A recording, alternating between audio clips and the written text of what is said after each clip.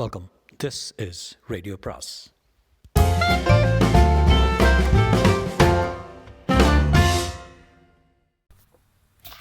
அனைவருக்கும் அன்பு வணக்கம். ராஜேஷ்குமாரின் அன்றே அப்பொழுதே அந்த நிமிஷமே பாகம் 7.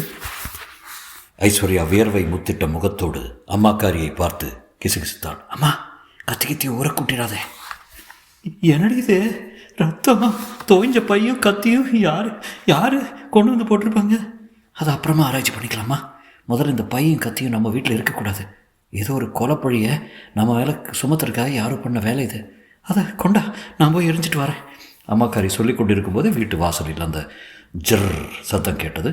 ஐஸ்வர்யா 2:08 உள்ளறைக்கு பாய்ந்து வாசல் பக்க ஜன்னலை திறந்து வெளியே எட்டி பார்த்தால் போலீஸ் ஜீப் ஒன்று நின்றிருக்க இன்ஸ்பெக்டர் கீழே இறங்கி வாசல்படி ஏறிக்கொண்டிருந்தார். ஐஸ்வர்யா மறுபடியும் சமையலறைக்குள் சத்தமில்லாமல் ஓடினால் எதிர்ப்பட்ட அம்மாவிடம் நிசப்தமாய் மூச்சிறைத்து கொண்டு கிசுகிசுத்தாள். அம்மா அம்மா, போலீஸ் போலீஸ். அவள் மருண்டாள். போலீஸா? சத்தம் விடாதம்மா.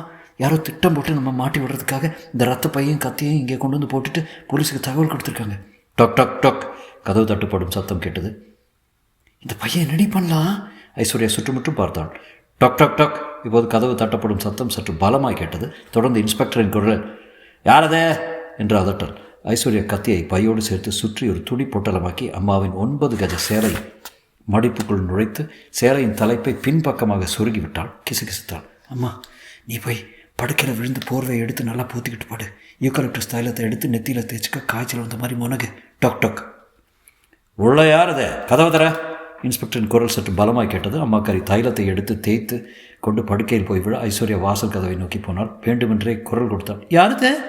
போலீஸு, கதவை தர. தாழ்பாலை பிளக் என்று விலக்கி கதவுகளை விரிய திறந்தாள் ஐஸ்வர்யா. வெளியே இன்ஸ்பெக்டரும் ஒரு கான்ஸ்டபிளும் நிழல் உருவமாய் நின்றிருந்தார்கள். ஐஸ்வர்யா மெல்லிய குரல் கேட்டாள். உங்களுக்கு யார் சார் வேணும்? இங்கே ஐஸ்வர்யா யாரு? நான் தான் சார். இன்ஸ்பெக்டர் உள்ளே வந்து கொண்டே கேட்டார். போலீஸ் சீப் இங்கே வரும்போது வீட்டுக்குள்ளே லைட் எரிஞ்சிட்டு இருந்தது. இன்னுமா தூங்க போல? அம்மாவுக்கு உடம்பு சரியில்லை, தைல பாட்டிலை தேடுறதுக்காக லைட்டை போட்டிருந்தோம். ஏன் சார், என்ன விஷயம்? இந்த ராத்திரி நேரத்தில் எதுக்காக வந்திருக்கீங்கன்னு நான் தெரிஞ்சுக்கலாமா? மோகன் கொலை செய்யப்பட்டிருக்கார். இன்ஸ்பெக்டர் சர்வசாதாரணமாக இந்த விஷயத்தை சொல்லிவிட்டு ஐஸ்வர்யாவின் முகத்தை உன்னிப்பாக பார்த்தார். மோகனா? எந்த மோகன்? கிருஷ்ணராஜோட சன். ஐஸ்வர்யா திக்கென்று அதிர்ந்தாள். மை குட்னஸ், சம்பவம் இப்போ நடந்தது இன்ஸ்பெக்டர்? கொஞ்ச நேரத்துக்கு முன்னாடி தான். அவர் கொலை செய்யப்பட்டதுக்கும் நீங்கள் என்ன தேடி வந்ததுக்கும் என்ன சம்மந்தம்? ஒரு வாரத்துக்கு முன்னாடி உனக்கும் அவருக்கும் ஏதோ கிளாஷ் நடந்ததாக எங்களுக்கு நியூஸ் கிடச்சிது. உடனே என் மேலே சந்தேகப்பட்டு வந்துட்டீங்களாக்கும்? உன்னோட வீட்டை நாங்கள் செக் பண்ணணும். வித் ப்ளஷர், உள்ளே வாங்க. இன்ஸ்பெக்டரும் கான்ஸ்டபிளும் உள்ளே நுழைந்தார்கள். போர்வைக்குள் சுருண்டிருந்த அம்மாக்காரி மெல்ல புரண்டு கண்களை திறந்து ஏதும் அறியாத குரல் ஐஸ்வர்யாவிடம் கேட்டாள். யார்டியம்மா வந்திருக்காங்க? நீ பேசாமல் படுமா? எங்கூட சண்டை போட்டான ஒரு பணக்கார வீட்டு பையன், அவனை யாரும் கொலை பண்ணிட்டாங்களாம். அது சம்மந்தமாக என்னை விசாரிக்க வந்திருக்காரு இன்ஸ்பெக்டர். வீட்டில் 2 ரூம் தானா? இன்ஸ்பெக்டர் கேட்டுக்கொண்டே சமையலறை எட்டி பார்த்தார்.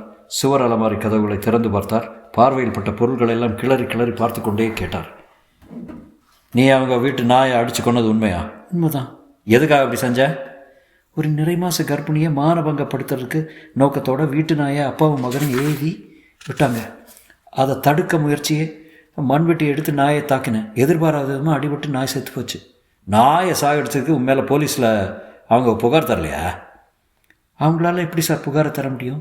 ஒரு பொண்ணை மானபங்கப்படுத்துகிற எண்ணத்தோடு அவங்க நாயை ஏவி விட்டதுக்கு சாட்சி ஏராளமாக இருந்தது. புகார் கொடுத்து அவங்க தான் மாட்டிக்குவாங்க. இன்ஸ்பெக்டர் ஒரு 10 நிமிஷம் நேரம் வீட்டை கிளறி பார்த்து விட்டு வாசல் நின்றிருந்த ஜீப்புக்கு போனார். ஸ்கார்னர் டிடெக்டிவ் ஏஜென்சி மனோஜின் அறை. சூரியகுமாரும் ஐஸ்வர்யாவும் அவனுக்கு எதிரே உட்கார்ந்திருக்க மேஜையின் மேல் இரத்தக்கரை படிந்த அந்த காக்கி பையும் கத்தியும் தெரிந்தது. மோகனை கொலை செஞ்ச சூட்டோடு சூடா இந்த கத்தியையும் பையையும் கொண்டு வந்து பின்பக்க சுவரேறி குதித்து சமையலறை ஜன்னல் வழியே உள்ளே போட்டிருக்காங்க. மர்டர் யாராக இருக்குன்னு உன்னால் கெஸ் பண்ண முடியுதா சூரி? முடியல. கொலைக்கான மோட்டிவ் மட்டும் அப்பட்டமாக தெரியுது. ஏன்னா ஐஸ்வர்யாவை கொலைப்பழியில் மாட்டி வைக்கணும். ஐஸ்வர்யாவை கொலைப்பழியில் மாட்டினா சந்தோஷப்படுறவங்க யார் யாருன்னு ஒரு லிஸ்ட் எடுப்பாக்கலாம். லிஸ்ட்டில் 2 பேர் மட்டும்தான். Krishnaraj, inspector Jacob. அப்பாவே பெத்த மகனை கொலை செய்வாரா? லாஜிக் உதைக்குது. மகனை தீர்த்து கட்டி தான் ஐஸ்வர்யாவை கொலைப்பழியை மாட்டி வைக்கணும்னு அவர் விரும்ப மாட்டார். சரி, நெக்ஸ்ட் பர்சன் இன்ஸ்பெக்டர் ஜேக்கப். அவர் மேலே லேசாக சந்தேகம் தட்டுது. அந்த சந்தேகத்திலும் ஒரு சின்ன நெருடல் இருக்குது. ஏன்னா ஜேக்கப் கிருஷ்ணராஜுக்கு ஃபேமிலி ஃப்ரெண்டு. அவர் மோகனை கொலை செய்யக்கூடிய அளவுக்கு போவாரா? ஐஸ்வர்யா குறுக்கிட்டாள். மிஸ்டர் மனோஜ், என் மனசில் படுற ஒரு எண்ணத்தை சொல்லட்டுமா? சொல்லுங்கள். கிருஷ்ணராஜுக்கும் மோகனுக்கும் வேண்டாதவங்க வேறு யாரோ ஒரு ஒரு ஒரு தேர்ட் பார்ட்டி மோகனுக்கும் எனக்கும் நடந்த கிளாஷை தெரிஞ்சு வச்சுட்டு மோகனை கொலை பண்ணி அந்த பழி மேலே போட வச்சுருக்கலாமே. மேபி. யார் அந்த தேர்ட் பார்ட்டி? கண்டுபிடிக்க அலையணும். சரி, இந்த கத்தியையும் பையும் என்ன பண்ணலாம்? நம்மக்கிட்டே வச்சுருப்போம். கொலையாளியை கண்டுபிடிச்சதுமே போலீஸில் சப்மிட் பண்ணிடலாம். ஐஸ்வர்யா, உங்கள் மதருக்கு மட்டும் நேற்று ராத்திரி விழிப்பு வராமல் இருந்திருந்தா நீங்களும் பிருத்திவிராஜ் மாதிரி போலீஸ் லாக்கப்பில் போயிருப்பீங்க. மனோஜ் சொல்ல ஐஸ்வர்யா புன்னகைத்து விட்டு கேட்டார். பிருத்திவிராஜன் கேஸில் எவ்வளோ தூரம் முன்னிருக்கீங்க சார்?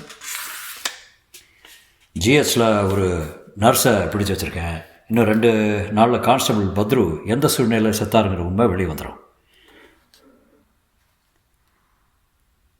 அவரை ஹாஸ்பிட்டலில் போய் பார்க்க ஏற்பாடு பண்ண முடியுமா லாயர் சார்? சூரியகுமாரிடம் திரும்பி கேட்டால் ஐஸ்வர்யா. மேஜிஸ்ட்ரேட் கிட்ட அனுமதி கேட்டிருக்கேன். அநேகமாக அவர் தலையாட்டலாம்னு தான் நினைக்கிறேன். அவருக்கு நிஜமாலுமே ஜாண்டிஸ் தானா? எனக்கு அந்த சந்தேகம் இருந்தது. டாக்டர்கிட்ட கேட்டேன், ப்ளட் ரிசல்ட்டை காட்டினார். மைல்ட் ஜாண்டிஸ் தான். மனோஜ் சொன்ன அதே வினாடி மேஜை மேல் இருந்த டெலிஃபோன் வீறிட்டது. சூரியகுமார் ரிசீவரை எடுத்தார். ஹலோ. நான் தான். சொல்லு புஷ்பராஜ். Is it? சூரியகுமார் முகம் மாறி போய் திரும் என்று அதிர்ந்தான். ரிசீவர் மெலிதாய் நடுங்கியது.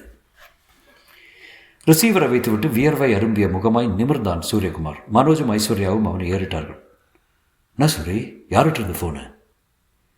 என்னோட கிளார்க் புஷ்பராஜ் பேசுனா. இது முக்கியமான விஷயமா? உன்னோட ஃபேஸ் சரியில்லையே. மனோஜ், ஒரு அதிர்ச்சியான விஷயம். அதிர்ச்சியான விஷயமா? இன்ஸ்பெக்டர் ஜேக்கப் அவங்க வீட்டில் வச்சு மிகவும் குரூரமான முறையில் கொலை செய்யப்பட்டிருக்காராம். மனோஜும் ஐஸ்வர்யாவும் திக்கென்று நிமிர்ந்தார்கள். சூரியகுமார் எழுந்தான். ஐஸ்வர்யா, நீங்கள் ஸ்கூலுக்கு போங்க. நானும் மனோஜும் ஜேக்கப் வீட்டுக்கு போய் நிலைமையை தெரிஞ்சுட்டு வந்துடுறோம்.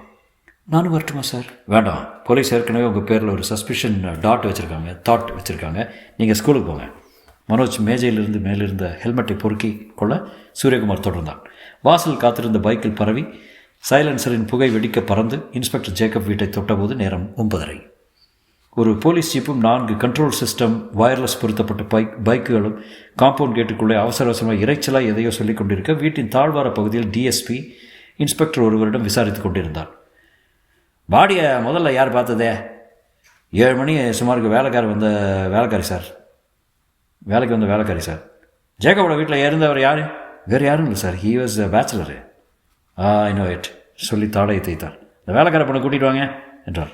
அந்த இன்ஸ்பெக்டர் வேகமாய் நகர்ந்து போய் உள்ளறை சுவர் ஓரமாக நின்று சேலை தலைப்பால் வாயை பொத்தி அழுது கொண்டிருந்த அந்த கெச்சலான வேலைக்காரியை கூட்டிக் கொண்டு வந்தார். டிஎஸ்பி அவளை ஏறிட்டார். உன் பேர் என்ன?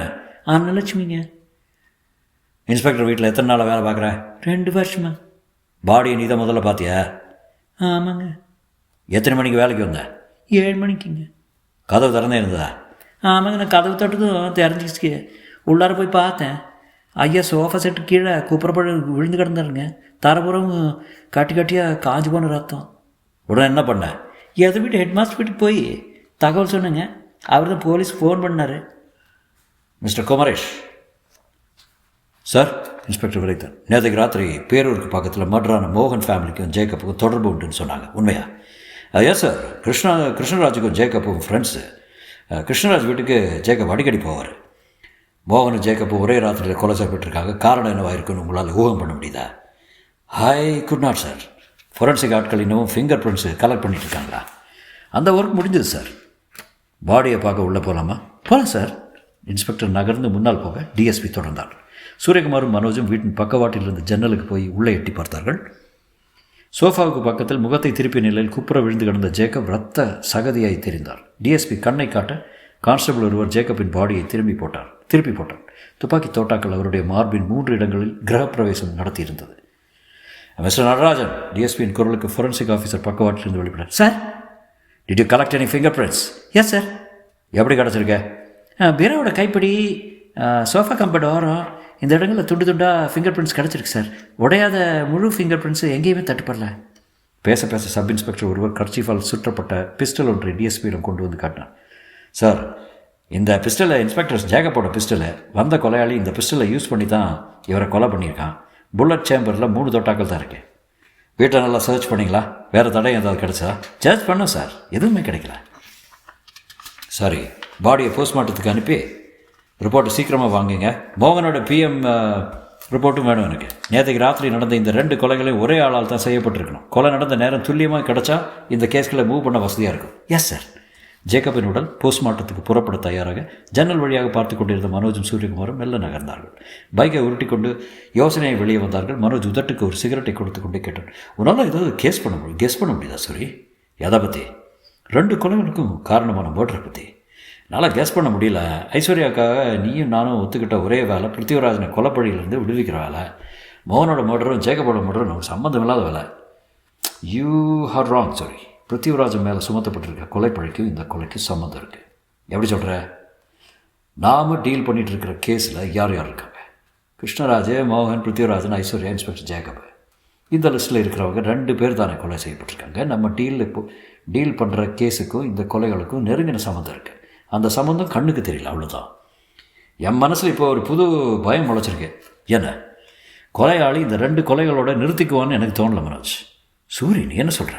லிஸ்ட்டில் இருக்கிற மற்ற நபர்களுக்கும் அந்த கொலையாளி ஒரு நாளை குறிச்சிருப்பான்னு சொல்கிறேன். இந்த கேஸில் இன்வால்வ் ஆகிருக்கிற நீயும் நானுமே ஜாக்கிரதையாக இருக்க வேண்டிய நிமிஷங்கள். மனோஜின் துப்பறையும் மனசில் முதலாக ஒரு பயம் பரவிது. சூரி, இந்த கேஸில் இந்த நழுவு எங்கேயாவது வெளியூர் போயிடலாமா? முட்டாள், உன்னை நம்பி வந்த கிளைண்ட்டை காப்பாற்றுற லட்சணம் இதுதானா? நீ எல்லாம் ஏன்டா டிடெக்டிவ் ஏஜென்சி நடத்துகிற? பேசாமல் ஒரு நடமான இஸ்திரி வண்டி வாங்கிட்டு தொழிலப்பாரு. தொடரும்.